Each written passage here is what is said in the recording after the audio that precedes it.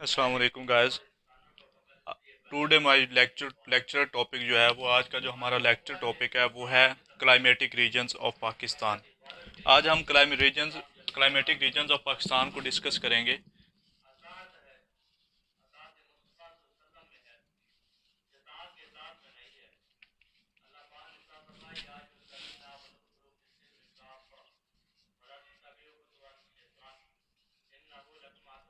Climatic regions of Pakistan, आज हम climatic regions of Pakistan discuss करेंगे।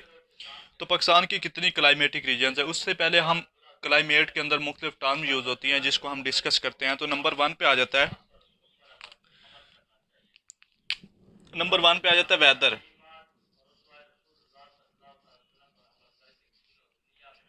वेदर वेदर का मीनिंग तो बेसिकली उर्दू में मीनिंग तो इसका सबको पता होता है, लेकिन इसके पीछे जो उसकी मतलब है उसकी जो वेदर की जो उसके पीछे उसका जो हम बेसिक कॉन्सेप्ट है, अगर हम वो आज डिस्कस करने लगे हैं, क्योंकि वो बहुत कम लोगों को पता होता है कि वेदर का मतलब मौसम तो होता है, लेकिन उसके पीछे जो बेसिक उसका कॉन्सेप्ट है, उसका कॉन्सेप्ट क्या होगा।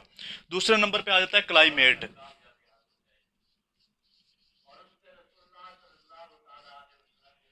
ये दो टर्म आप अक्सर सुनते हैं कि वेदर और क्लाइमेट, तो आज हम इनमें डिफरेंस क्या है, वेदर और क्लाइमेट में फ़र्क क्या है, आज हम वो डिस्कस करने लगे हैं।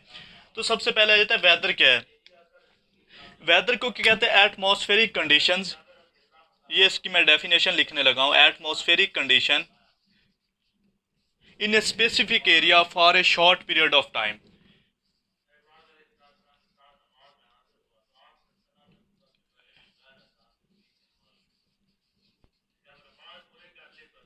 Specific area for a short period of time.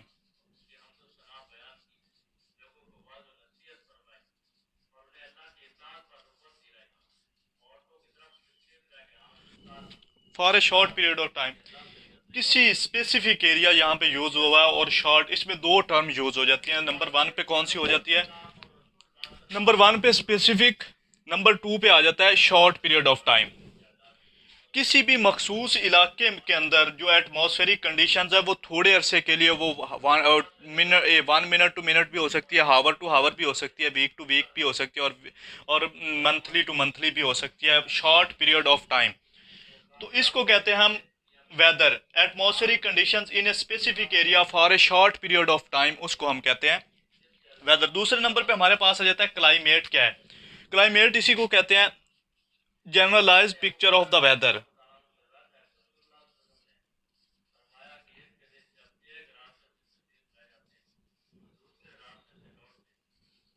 Of the weather,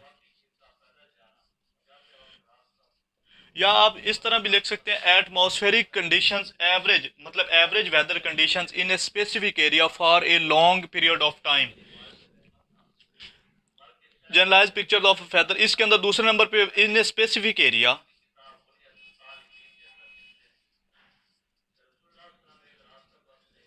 for a long period of time.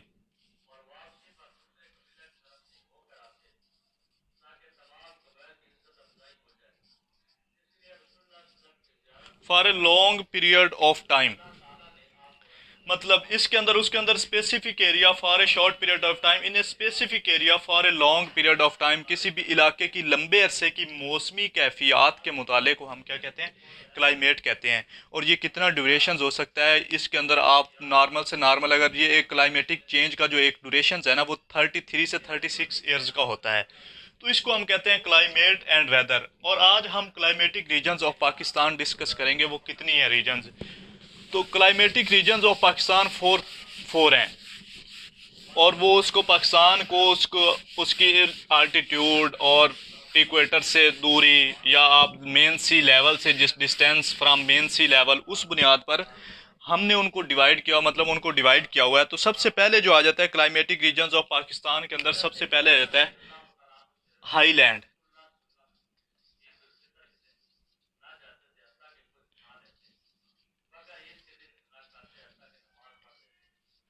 Highland climate. Highland climate क्या, जैसा कि नेम से आपको पता चल रहा है कि हाई लैंड, हाई लैंड मतलब यह है कि पाकिस्तान के जो अपर के इलाके हैं, मतलब नदरन एरियाज हैं या north western areas of Pakistan, north and north western.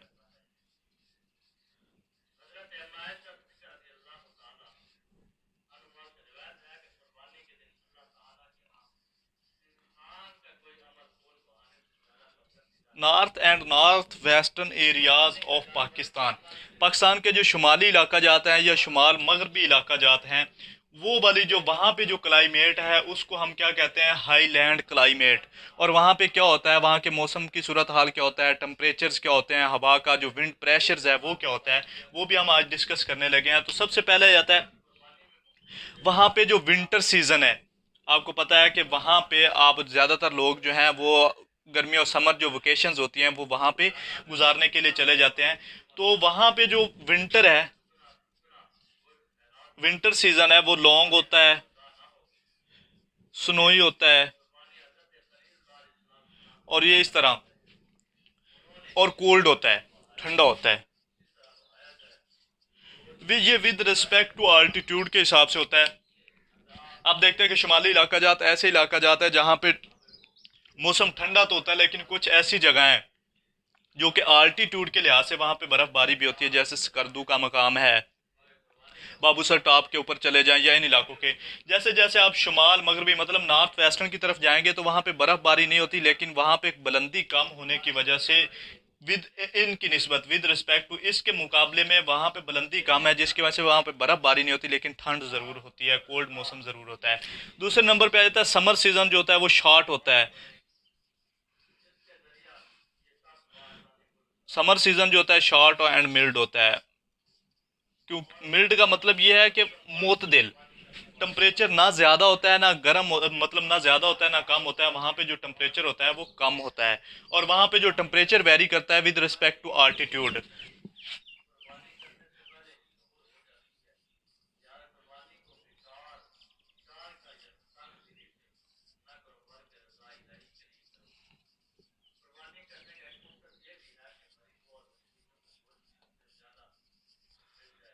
Altitude, वहाँ का जो टेम्परेचर है वो आल्टीट्यूड, आपने देखा है कि वहाँ का जो मतलब जो विंटर टेम्परेचर है, मतलब विंटर टेम्परेचर जो है वो तकरीबन मनफी के अंदर चला जाता है, जबकि उसका जो समर टेम्परेचर है वो भी तकरीबन नॉर्मली होता है, 16 से 25 या 20 तक ले ले, वहाँ तक वो नॉर्मली टेम्परेचर होता है।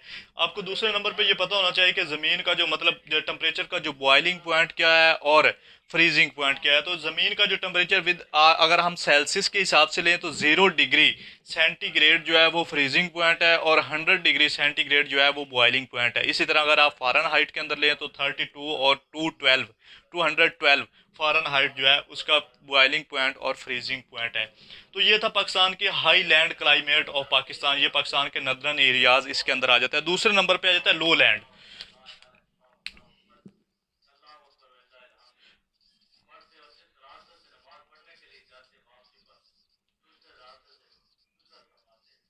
लो लैंड क्लाइमेट, तो लो लैंड क्लाइमेट क्या है और कहाँ पे ये वेरी करती है। तो लो लैंड क्लाइमेट पाकिस्तान के प्लेन्स एरिया के अंदर आ जाती है, ये इंडस प्लेन्स और पंजाब एंड सिंध।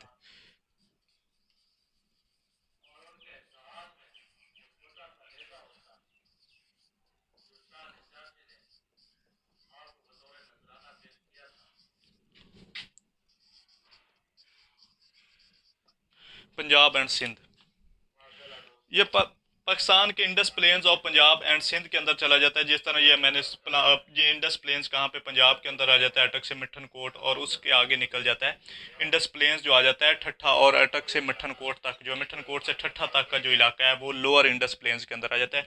वहाँ पे जो क्लाइमेट चलती है उसको हम लो लैंड क्लाइमेट कहते हैं, और इसका भी टेम्परेचर इतना ज़्यादा नहीं होता। यहाँ पे भी मिड, यहाँ पे समर सीज़न जो होता है वो हॉट होता है, और जो विंटर सीजन होता है वो कूल होता है, बिल्कुल ठंडा होता है। इसकी वजह यह है कि आपको एक दूसरी बात ये बता दूं कि मिट्टी जो है वो पानी की निस्बत जल्दी ठंडी गर्म हो जाती है और जल्दी ही ठंडी हो जाती है, आपको पता होना चाहिए।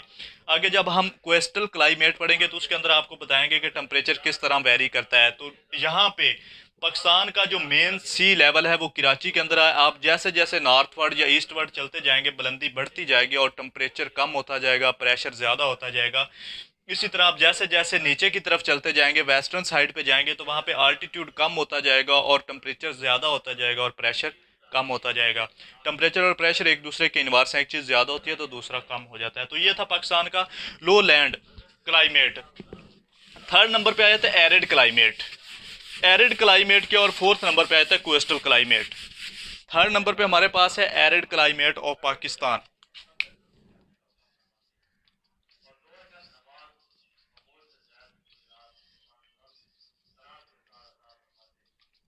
Arid climate.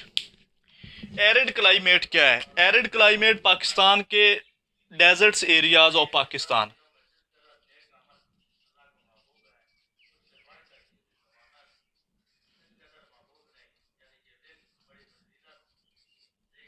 Desserts area of Pakistan के अंदर ये चलती है arid climate.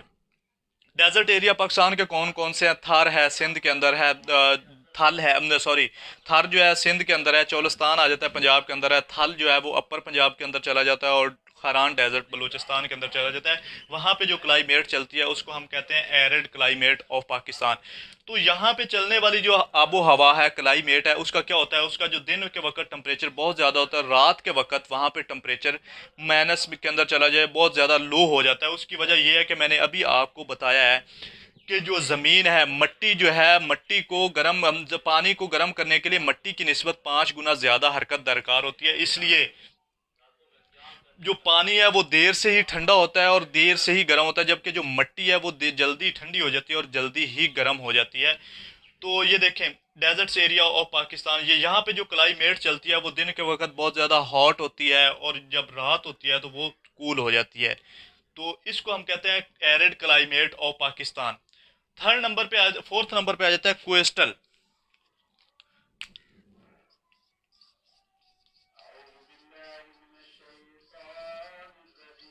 Climate. Coastal climate क्या है? जो कि साहिल समंदर के साथ मेहरान एंड मकरान कोस्ट के साथ साथ चलती है, उसको हम कहते हैं कोस्टल क्लाइमेट ऑफ पाकिस्तान। यहाँ पे क्या होता है? यहाँ पे सी ब्रीज चलती रहती है। सी ब्रीज का आपको पता होना चाहिए कि सी ब्रीज जो है दिन के वक्त जो ज़मीन का टेम्परेचर ज़्यादा होता है जबकि पानी का टेम्परेचर कम होता है, इसलिए समंदर से ज़मीन की तरफ हवाएं चलती हैं जिनको हम सी ब्रीज कहते हैं। और रात को जो होता है ज़मीन का टेम्परेचर कम हो जाता है, प्रेशर कम हो जाता है, टेम्परेचर कम होता है, प्रेशर बढ़ता है और समंदर का जो होता है वो ज़्यादा होता है, इसीलिए ज़मीन से समंदर की तरफ चलती है, उनको हम कहते हैं लैंड ब्रीज। तो ये वाली जो एरिया है ये सी ब्रीज के अंदर आ जाता है और यहाँ पे जो टेम्परेचर है वो मिल्ड रहता है, ना ज़्यादा गर्म होता है ना ठंडा होता है। जैसे हमारे यहाँ कराची, इन इलाकों के मकरान और मेहरान कोस्ट जो है पाकिस्तान की, वहाँ पे जो क्लाइमेट चलती है उसको हम कोस्टल क्लाइमेट कहते हैं। तो आज का ये हमारा टॉपिक था क्लाइमेटिक रीजन्स ऑफ पाकिस्तान, और आप हमें इजाज़त दीजिएगा। अल्लाह हाफिज़।